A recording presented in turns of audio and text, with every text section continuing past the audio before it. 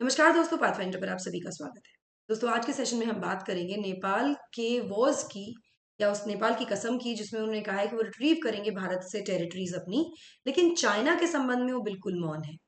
अगर हम भारत नेपाल के संबंधों की बात करें तो काफी अच्छे डिप्लोमेटिक रिलेशनशिप्स, बायलैटरल रिलेशनशिप्स रहे हैं भारत और नेपाल के बीच में, लेकिन पिछले कुछ समय से काफी उतार चढ़ाव देखने को यहाँ पर मिल रहे हैं। वो ओली का कार्यकाल हो जहां पर ये बॉर्डर डिस्प्यूट शुरू हुआ था और एक नया मैप क्रिएट कर दिया गया था, या फिर अभी प्रचंडा जो प्रधानमंत्री बने हैं नेपाल के, इस समय पर भी कहीं ना कहीं ओली और प्रचंडा का जो कोलिशन है वो प्रो चाइनीज कोलिशन माना जाता है।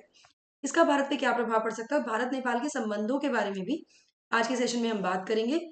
पहले हम हेडलाइन देख लेते हैं। तो Prachanda led coalition in Nepal was to retrieve territories from India but silent on raw with China. China के साथ जो भी कुछ हो रहा है उस पर वो एकदम मौन है, उस पर उन्होंने कोई बात नहीं की है।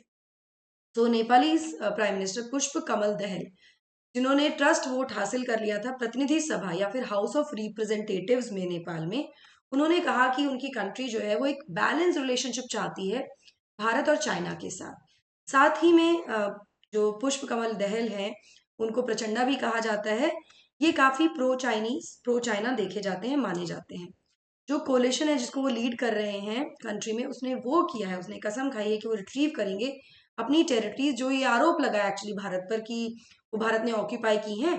लेकिन जब चाइना के साथ बॉर्डर डिस्प्यूट है नेपाल का, उस पर वो एक मौन साधे हुए हैं, उस पर उन्होंने कुछ भी नहीं कहा है। नाउ ट्रस्ट वोट जीतने के बाद 275 लॉ मेकर्स में से 268 की ट्रस्ट वोट जीतने के बाद जो पार्लियामेंट थी, प्रचंडा की सरकार ने कहा कि उनकी जो फॉरेन पॉलिसी है वो एक तरह से कहीं ना कहीं जो राष्ट्रीय हित है उसके द्वारा गाइडेड है। जो भी नेपाल के हित में होगा उसको ही वो करेंगे, उनकी पॉलिसीज इस तरह की होंगी। और नेपाल एक बैलेंस और फ्रेंडली संबंध चाहता है सभी देशों के साथ, जो भी आसपास के देश हैं सभी कंट्रीज के साथ, जिसमें उसके दो नेबर्स इंडिया और चाइना भी इंक्लूडेड है। नेपाल का जो कोलिशन है जिसको प्रचंडा लीड कर रहे हैं, प्रचंडा की कम्युनिस्ट पार्टी ऑफ नेपाल, जो कि माओइस्ट सेंटर है, और कोलिशन किसके साथ है, केपी शर्मा ओली की कम्युनिस्ट पार्टी ऑफ नेपाल, जो कि यूनाइटेड मार्क्सिस्ट लेनिस्ट है।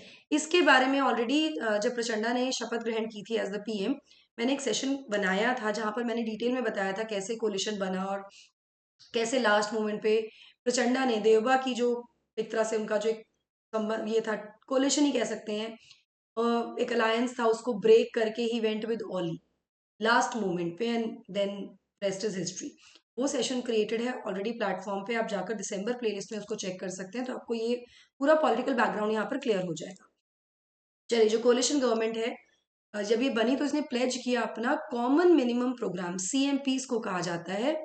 और इसमें इसमें कहा गया कि वो जो भी टेरिटरीज है नेपाल की, जिसको नेपाल क्लेम करता है अपना पार्ट, कहता है कि हमारी टेरिटरीज है, लेकिन अक्यूज करता है भारत को, भारत पर यह आरोप लगाया जाता है कि इलीगली भारत ने उसको ऑक्यूपाई किया हुआ है, उनको वापस ले लेंगे। यहाँ पर जो सीएमपी है, जो कि पब्लिक कर दिया गया था कुछ ही घंटों पहले ट्रस्ट वोट के, जब ये कंफर्म हुआ कि इनको ट्रस्ट वोट होगी इन दी प्रतिनिधि सभा, उससे कुछ घंटे ही पहले आया। लेकिन यहाँ पर नेपाल के जो बॉर्डर डिस्प्यूट है चाइना के साथ, उसका कोई जिक्र नहीं किया गया था। चलिए, इसके बारे में और ज्यादा बात करेंगे। भारत नेपाल संबंध और नेपाल चाइना संबंध किस तरह के, उनके बारे में बात करेंगे। बट बिफोर मूविंग फॉरवर्ड, आप मुझे फॉलो कर सकते हैं दोनों टेलीग्राम चैनल्स पर दोस्तों। For all my class update schedules and PDFs, Unacademy app पर भी आप मुझे फॉलो कर सकते हैं। एनरोल करने के लिए आपको सिर्फ मेरा कोड यूज करना है, NDLife10। Now the question can be why Unacademy ma'am. देखिए, अनअकैडमी से जुड़ने के बहुत सारे फायदे हैं, जैसे डेडिकेटेड डाउट सॉल्विंग मिलती है, अनलिमिटेड व्यूज मिलते हैं लेक्चर्स पे, फ्लेक्सिबिलिटी मिलती है अपने कोर्स को चेंज करने की, live mentorship, end to end preparation along with the results. एक और बेहतरीन कारण है क्योंकि आपको मिल रहा है फ्री एक्सटेंशन, लेकिन ये ऑफर केवल 14 जनवरी तक है, जिसमें आप कोई भी सब्सक्रिप्शन लेते हैं उसमें आपको 1 साल तक का एक्सटेंशन मिल सकता है सब्सक्रिप्शन पर। आपको सिर्फ मेरा कोड यूज करना है, NDLife10। ना तो क्वेश्चन कैन बी मैम आपका कोड यूज क्यों करें। देखिए, एक तो आपको जो बेनिफिट्स हैं सब्सक्रिप्शन के साथ वो सब मिल जाते हैं, डिस्काउंट मिल जाता है आपके सब्सक्रिप्शन अमाउंट पर।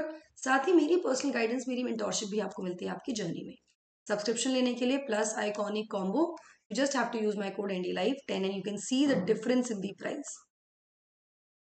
ठीक है ना, तो आप ये अभी जाकर एनरोल कर सकते हैं। चलिए, भारत नेपाल संबंधों की बात करते हैं तो पिछले कुछ सालों में बहुत ज्यादा टर्बुलेंस देखने को मिला है भारत और नेपाल के संबंधों में।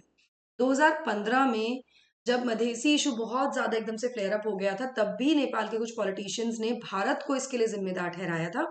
ये अलग बात है कि कोई उनके पास ठोस सबूत नहीं था और कंक्लूसिव नहीं था ये कि ऐसा कैसे इन्वॉल्वमेंट है भारत का। और रिसेंट ईयर्स में तो हमने देखा है कि जो इनका डोमेस्टिक पॉलिटिक्स है ना नेपाली लीडर्स का, उसमें कहीं ना कहीं भारत को एक पंचिंग बैग की तरह यूज किया जाता है। ऐसा देखने को मिला है काफी सालों से। जब केपी शर्मा ओली ने अज्यूम किया था as the charge of prime minister in of Nepal in 2018, तो कुछ इश्यूज जो थे नेपाल और भारत के बीच में वो फिर से उठने शुरू हो गए थे, जिसमें कि बॉर्डर डिस्प्यूट भी था एक। ओली गवर्नमेंट ने एक विजिबल इंक्लिनेशन दिखाया था चाइना की तरफ, प्रो चाइनीज पॉलिसीज और चाइना तक काफी काफी झुकाव देखने को मिला था। और यहाँ तक कि उन्होंने वो जो डिस्प्यूट है, टेरिटरी डिस्प्यूट है, उसको भी एक बार दोबारा मुद्दा बना दिया। अब हमारे उत्तराखंड रीजन में कुछ रीजन्स हैं जिसको नेपाल क्लेम करता है कि हमारे रीजन्स हैं, ऐसा भी हुआ था, जिसमें टेरिटोरियल डिस्प्यूट आता है ये लिम्पियाधुरा, काला पानी, लिपुलेख, इन तीनों में, जबकि ये भारत की टेरिटरी का हिस्सा है। और ये वो समय था जब ये डिस्प्यूट्स उठाए गए थे, जब भारतीय army already Chinese people liberation army को रेजिस्ट कर रही थी उनके एग्रेसिव मूव को लेके ईस्टर्न लद्दाख। तो एक तरफ चाइनीज आर्मी चल रही थी, यहाँ पे हमारी आर्मी एंगेज है, यहाँ पर आपने डिस्प्यूट शुरू कर दिया। तो this is happened in the past.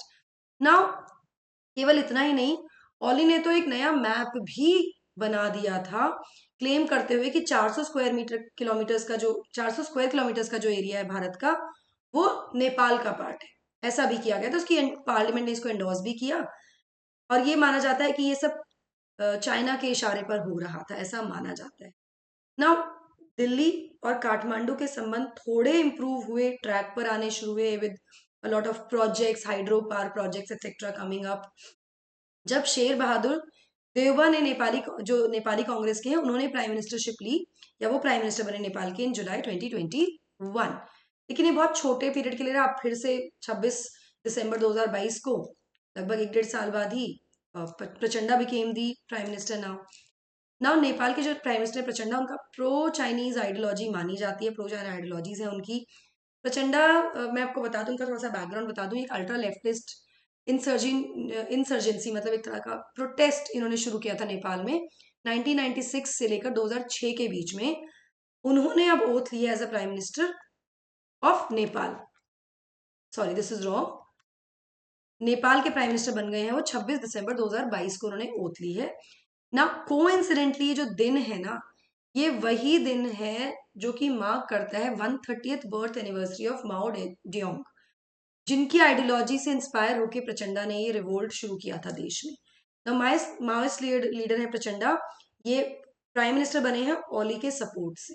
जैसा कि मैंने आपको बताया कि इनका अलायंस था नेपाल की कांग्रेस के साथ, देवबा की जो पार्टी है उसके साथ, और ये सब फाइनल था। लेकिन लास्ट मोमेंट इन्होंने देवबा को डिच किया, नेपाल कांग्रेस को डिच किया, and he joined hand with the earlier KP Oli, ठीक है। और उसके बाद उनकी सरकार बन गई ना। पास्ट में भी प्रचंडा ने कहा है कि अब जो संबंध है, जो अंडरस्टैंडिंग है भारत के साथ, उसको अलग तरह से डेवलप करना होगा, जो चेंज सिनेरियो है नेपाल में उसके अनुसार। मतलब द पॉइंट इज कि जो कंडीशंस बदली हैं, जो पॉलिटिकल सिनेरियो बदला है, भारत और नेपाल के संबंध उसके बेसिस पर होने चाहिए, not what was in the past. Immediately जैसे ही वो पीएम बने, उन्होंने कहा कि वो एक फ्रेंडली रिलेशन चाहते हैं दोनों ही कंट्रीज के साथ, इंडिया और चाइना के साथ। रिपोर्ट्स का ये भी कहना है कि प्रचंडा एक काफी ज्यादा क्लोज और डायरेक्ट रिलेशनशिप है कम्युनिस्ट पार्टी ऑफ चाइना के साथ, ऐसा भी रिपोर्ट्स में कहा गया है। और एक ही हफ्ते के अंदर अंदर जब नेपाल के प्राइम मिनिस्टर बने प्रचंडा, तो प्रचंडा ने इनॉग्रेट किया एक रीजनल इंटरनेशनल एयरपोर्ट, जो कि बनाया गया है चाइनीज असिस्टेंस के द्वारा in western Nepal tourist hub of Pokhara. तो मतलब ये हमें देखने को इंडिकेशंस भी मिल रहे हैं। इसी के साथ साथ जो प्रचंडा ओली कोalition है जो पावर में है नेपाल में, इसकी वजह से चाइना के साथ जो इनके संबंध है, या चाइना की तरफ से ये देखने को मिल रहा है कि उन्होंने अपने फुटप्रिंट्स और जियो पॉलिटिकल इन्फ्लुएंस जो है देश में, नेपाल में, उनको भी एकदम से इंटेंसिफाई करना शुरू कर दिया है। इसमें हम ये कह सकते हैं, कुछ एग्जाम्पल्स हैं कि उन्होंने रिवाइव कर लिए हैं प्रोजेक्ट जिसमें क्रॉस बॉर्डर रेलवे ट्रैक ले करना था, ये रिवाइव हो गए हैं जो बीच में स्टॉप पर थे। केवल इतना ही नहीं, बीजिंग ने जो 3 साल का सस्पेंशन लगाया हुआ था for the end goods from Nepal to China जो एक्सपोर्ट हो रहे थे उसको भी हटा लिया है, और अब दोबारा से नेपाल के जो चीजें हैं, गुड्स हैं, उनको एक्सपोर्ट किया जा सकेगा चाइना थ्रू रसुवागाधी केरोंग बॉर्डर। तो ये देखने को मिल रहा है, और ये काफी ज्यादा अपने आप में प्रूफ है कि how things, the political scenario has change and the relationship between China and Nepal has become again, दिख ही रहा है झुकाव, और ये भारत के लिए थोड़ा प्रभाव डालने वाला हो सकता है, बिकॉज चाइना भी कहीं ना कहीं इंक्रोच करने की कोशिश तो कर ही रहा है। आप क्या सोचते हैं इसके बारे में, जरूर मुझे बताइएगा। दोस्तों 12 तारीख से बैच शुरू हो चुका है आरंभ, जो कि 2024 के एस्पिरेंट्स के लिए है। आपको सिर्फ मेरा कोड यूज करना है ND Live 10 एंड अवेल करना है benefit of this course. Loan facility आपको अवेलेबल है यहाँ पे 0% EMI के साथ। साथ ही टेस्ट सीरीज आर देयर जिसमें 52% का आपको डिस्काउंट मिल रहा है। आपको सिर्फ मेरा कोड यूज करना है ND Live 10 to avail the benefit and 10% discount on the test series. Last mile which is the interview guidance program, उसमें भी आप एनरोल कर सकते हैं। ND Live 10 आपको कोड यूज करना है, और अपनी इंटरव्यू को बिल्कुल एकदम फुल प्रूफ तैयारी करके आप जा सकते हैं। नाउ अनअकैडमी सेंटर खुल गया है ओल्ड राजेंद्र नगर में UPSC CSC के लिए। 2024 के फाउंडेशन बैच के लिए एडमिशन ओपन है, वहां भी जाकर आप एनरोल कर सकते हैं। डिटेल्स आपको टेलीग्राम चैनल पर मिल जाएंगी। That is it from my side. I hope you like the session. Do not forget to like, share and subscribe. Also hit the bell icon so that you get notifications about the latest updates. Thank you so much. God bless. Take care.